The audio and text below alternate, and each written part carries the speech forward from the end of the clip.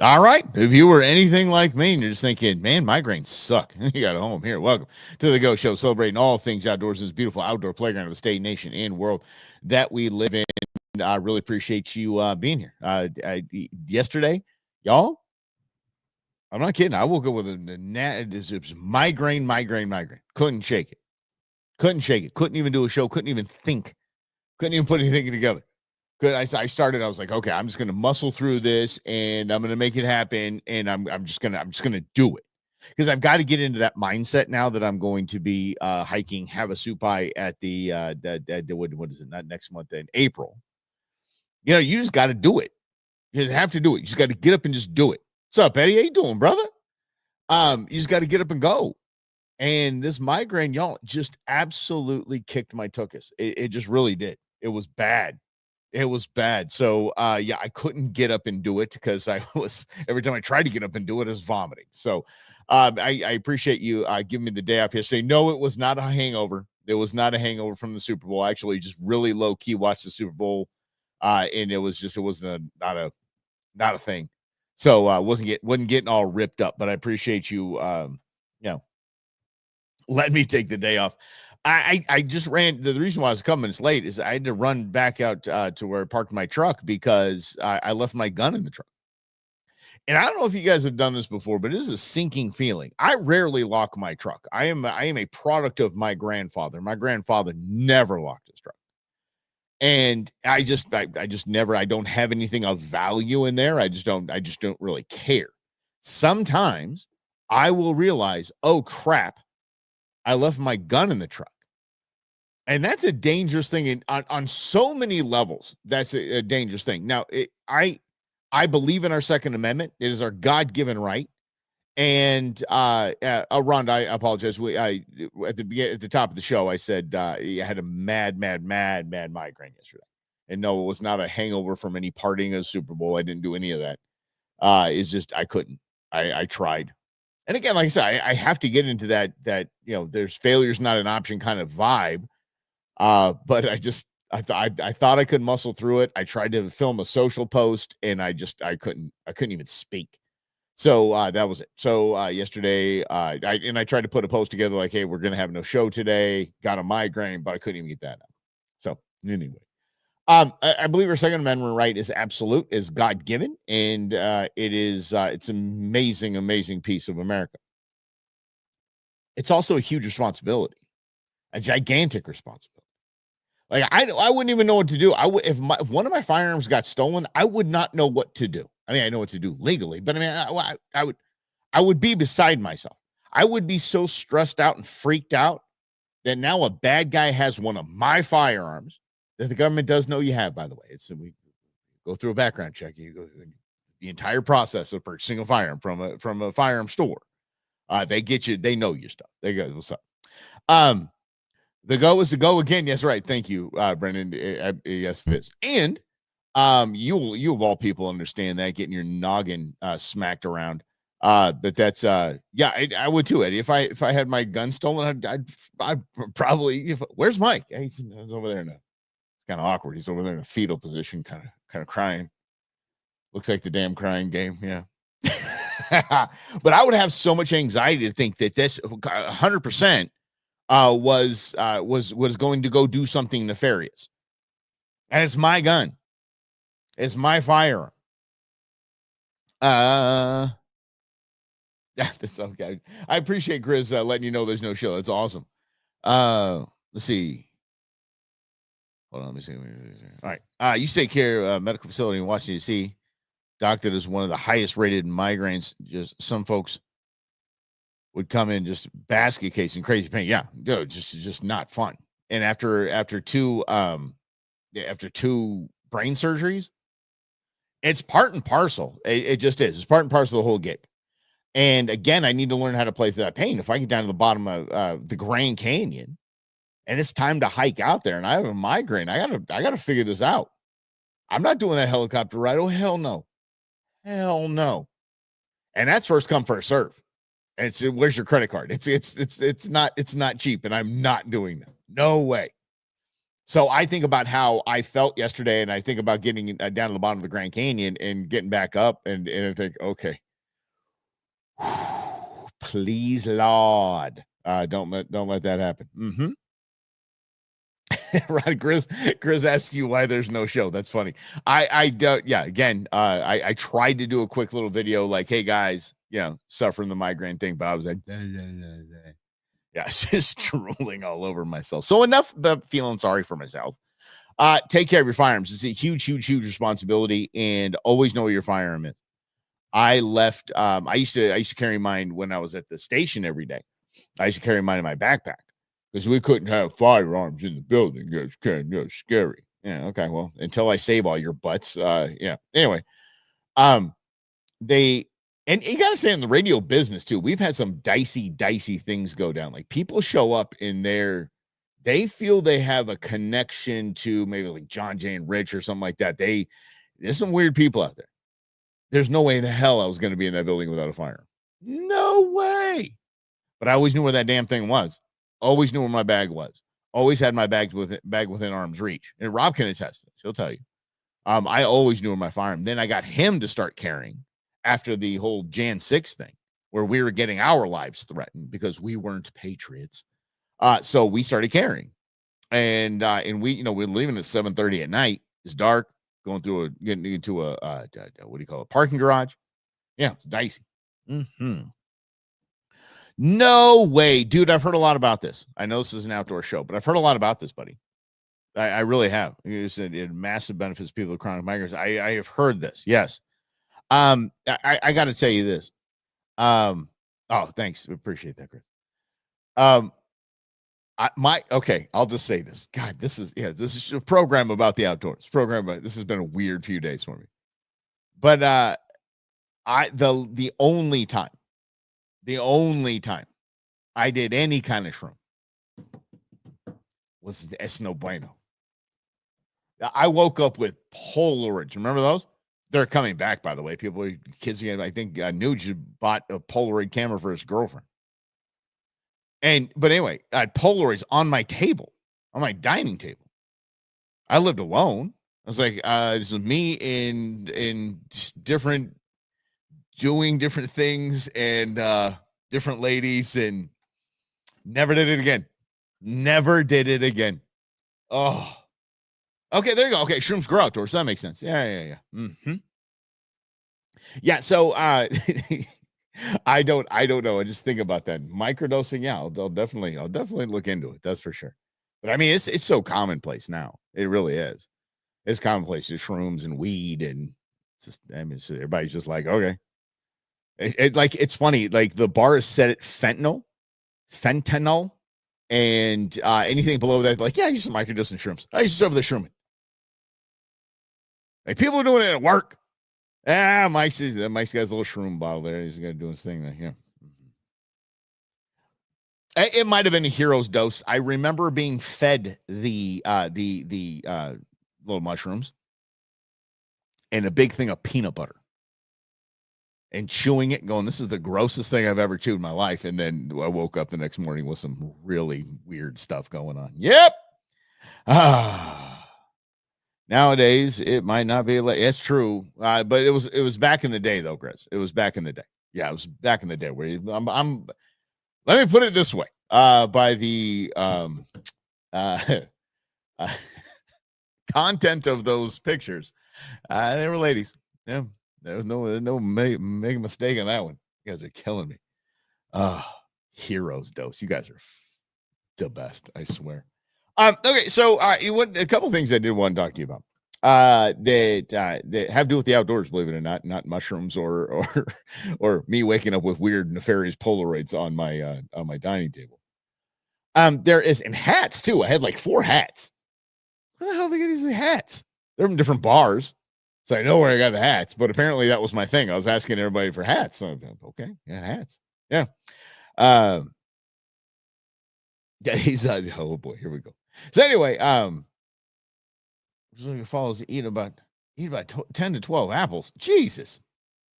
Yeah, well, I'm all about that. Yeah. Okay. Anyway, gosh. Okay, we're not talking about drugs anymore. I wouldn't even know where. I swear, I asked Sheriff Lamb that. I asked the Pinal County Sheriff. I said, dude, if I wanted to get fentanyl or if I wanted to get heroin or if I wanted to get, how long would it take me? And he goes, 20 minutes. I'm like, maybe you, dude, because you know all the bad dudes. But me, I wouldn't even know where to start. I wouldn't even know where to start. So I don't even know where you get mushrooms. Yikes. But yeah, anything below fentanyl, we're like, okay, sure. It's no big deal. Just a heads up. You're halfway through. So thanks, Eddie. God, dog. I appreciate that. Okay. Yes. So let's talk about this. There were two things that I wanted to chat with. At the end of the week, the Valentine's Day celebration, me and Queen Bee will be at camping. We're in a cool little camping spot. And it said, meaning the device, the listening device that I have with me, the spy device, the spy app, told me it's going to be raining. It's not going to rain. That was a couple of days ago. It said it was going to rain at the end of the week. And now, not going to rain at the end of the week. But what I got to thinking is you got to be ready when you go camping, especially when you're doing 2-3 days. You've got to be ready for some boredom. Like you have to be. You have to be prepared for that. Like if it is raining, now we're sitting in the jumping jack and it's two of us and a dog and we better figure this crap out.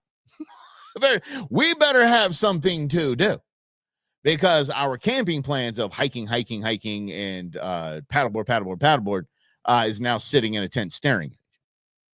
So one of the easiest, best things you could possibly have in your camping box is a deck of cards. That is the easiest thing that there is to have. Board games, I have checkers, chess. I don't even know how to play chess, but I mean, if I was stuck in a tent for 3 days, I'd probably learn how to play it.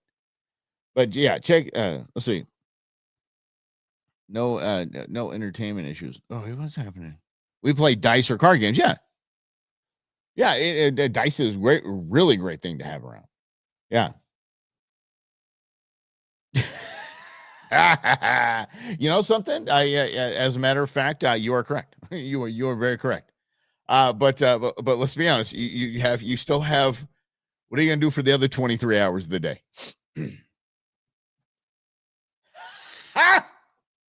Actually, that's one of the gifts I got her. I got her a book called Sex in a Tent. I'm not kidding. That's what we got her for Christmas. Yeah. I probably should have saved it for Valentine's Day. That would have been a better idea. Yeah. How can you be bored with Queen Bee there? Oh, let me tell you. No, I kid. She's a saint. And everything's good. But be ready for it. Just plan ahead and don't let it ditch your entire camp. Like if it was going to rain, we were literally going to sit in the rain. We were going to paddleboard in the rain. Yeah. But it was okay. Then Queen Bee's. Okay. So yes. But I want to, and she knows. Hell, we even just did a quick little getaway to an undisclosed location last week, and I had cards, I had checkers. I was like, anything, just be ready. Just be ready. That's it. Just be ready. You guys are getting after me now. All right. No, boredom is never an issue with Queen Bee.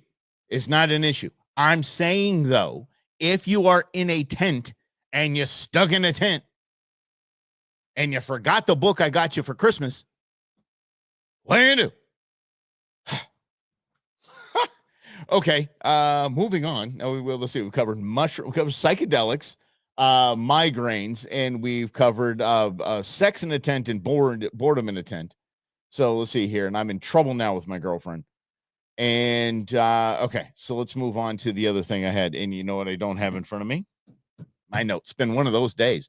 But there is an interesting time. We're in a cusp. So we are, and now hunting seasons are over, and now the fishing seasons come in, and you kind of see that you go to Bass Pro, you go to Sportsman's, and you see the transition. This is where you need to buy stuff. This is the time. The time is to buy last season's stuff. I mean, load up, stock up, because it is you're not going to get fishing stuff for half price. You're not getting any of that, but you're going to get a lot of hunting, a lot of camel stuff half price. They got to get rid of that crap. They got to make room for next time. This is the time to go. And anything outside of that, don't break the bank. You do not have to. I think there was a used golf ball commercial on the Super Bowl. There's a company that says, basically we sell used golf balls. And it said the only people that don't need our golf balls are people that are on the pro tour and making millions of dollars for every swing. You can use a used golf ball. It's okay. And I thought, that's genius. It is genius. And they're nice to us. I went and looked at the site. It was really cool. It seemed on the up and up. I live on a golf course, so I have enough used golf balls. Trust me. But I got to think about outdoor equipment. And you can buy used outdoor equipment. That's no big deal. But the reason I brought up that commercial was because it said, basically you don't have to break the bank and pay more for stuff because you're not a pro. Sorry. There's no Sportsman's Channel, Outdoor Network. There's no cameras on you when you're hunting.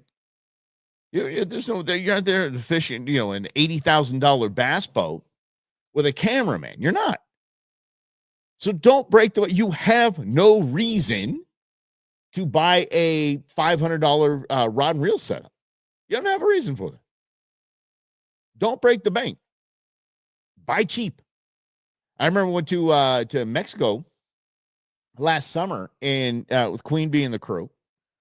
And I went to Walmart and I bought two $20 rod and reel combos because I knew the saltwater was going to eat them up. I knew it was going to, and it did. And those were great. There's $20 a piece. Didn't care. I didn't need my Penn reel with the dual drag. I didn't need any of that. So I just had one of them. I had a couple. Eddie, if you're playing the Palm Valley course, then where I live, then yes, I'm sure a few of those are yours. I would come just holler. As a matter of fact, I don't even know the hole I'm on. I just know I'm in the landing zone. Or they don't scream anymore. They don't even say that. Do you know where that comes from? It's a military term. So we're a little Rondo fact here. It's you're calling war before. War before means kneel down in get down, get low. When you're in the old school military. Yeah, you yell war before, and everyone in the front would get down. And it just went to for, because FORE, not FOUR. These are the things that keep me up at night. These are the things, yes.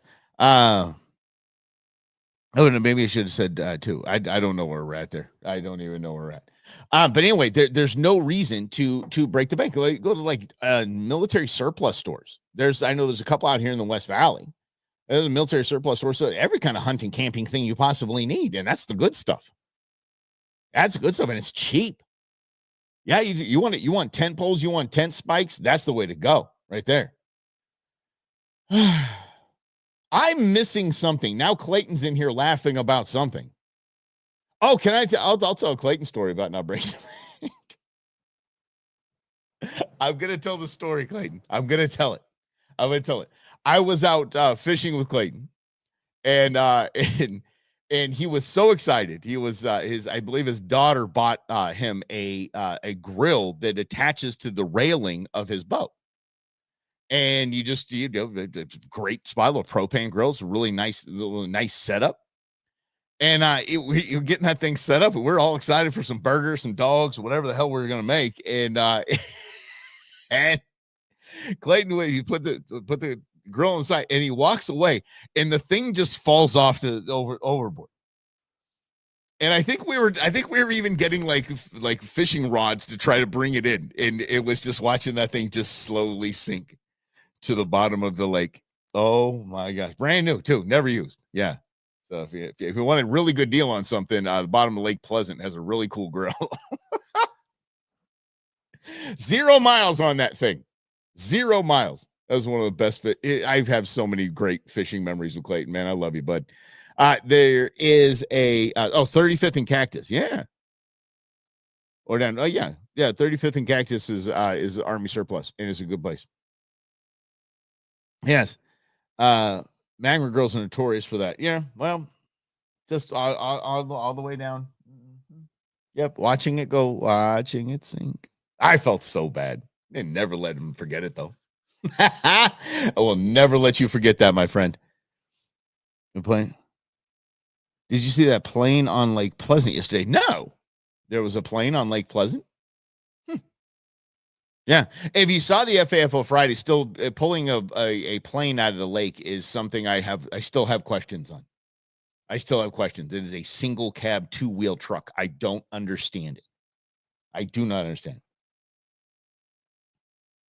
Yes, Rodney teacher. Oh my gosh, what a great it was! Yeah, and Clayton said that was funny. See, he knows. I think one of the best lines of striper fishing comes from Clayton Ross, who was a Jedi when it comes to fishing. He said the striper is a 2-tap fish.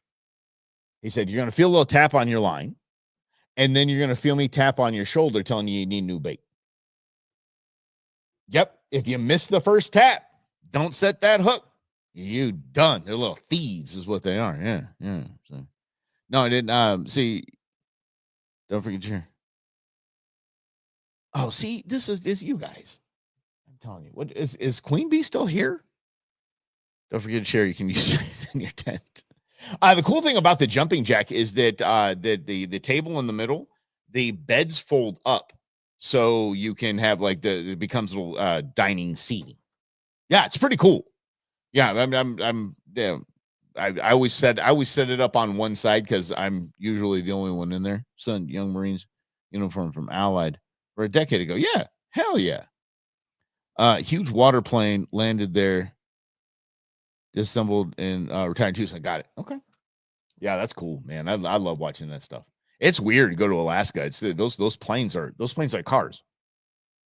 Like it's just take it out of your garage and just go take off where you're gonna go and just land and come back. It blows me away. I think it's really cool. I think it's neat to see the if this don't